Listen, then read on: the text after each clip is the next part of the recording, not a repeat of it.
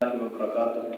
حضرت ابراہیم علیہ السلام کو جب اللہ نے نجات دی، حضرت ابراہیم علیہ السلام نے عراق سے شام اور مصر کی طرف ہجرت فرمائی اور اپنے ساتھ اپنے بھتیجے حضرت لوط علیہ السلام کو بھی لیا، اور حضرت لوط علیہ السلام کو وادی سدوم میں بسایا جو شام اور عراق کے درمیان میں ہے، اور آج کل جہاں پر بحیرہ مردار وغیرہ کے اطراف ہیں اس کو کہا جاتا ہے۔ اس کے بعد حضرت ابراہیم علیہ السلام خود مصر اور شام تشریف لے گئے۔ وہاں کے بادشاہ نے آپ کا استقبال کیا، اور وہاں کے بادشاہ کے وزیروں اور مشیروں نے آپ کی زوجہ کو دیکھا تو نہایت حسین و جمیل اور خوبصورت تھی، اور انہوں نے اپنے بادشاہ کو اس سے آگاہ کیا۔ تو حضرت ابراہیم علیہ السلام سے جو پوچھا گیا کہ کون ہے، حضرت ابراہیم علیہ السلام بعض روایت کے مطابق کہا کہ میری بہن ہے۔ تو یہ حضرت ابراہیم علیہ السلام کا بہن کہنا یہ توریہ تھا، کیونکہ چچا زاد تھی۔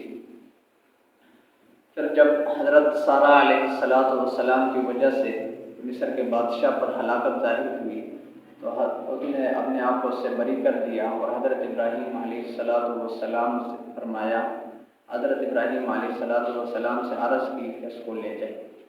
پھر حضرت ابراہیم علیہ السلام نے اپنے زوجہ محترمہ کو لے کر بیت المقدس کے اطراف اور فلسطین میں بسے، اور مصر کے بادشاہ نے اپنی بیٹی کا نکاح حضرت ہاجرہ کا نکاح بھی حضرت ابراہیم علیہ السلام سے کیا۔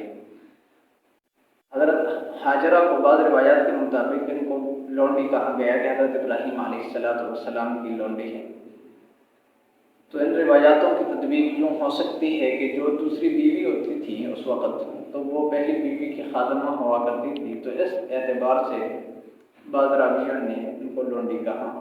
اور حضرت ہاجرہ علیہ السلام کے بطن مبارک سے حضرت اسماعیل علیہ السلام ہے، اور اسی طرح بعض روایات میں آتا ہے کہ مدین بھی ہے، جس کی وجہ سے قوم مدین مشہور ہے۔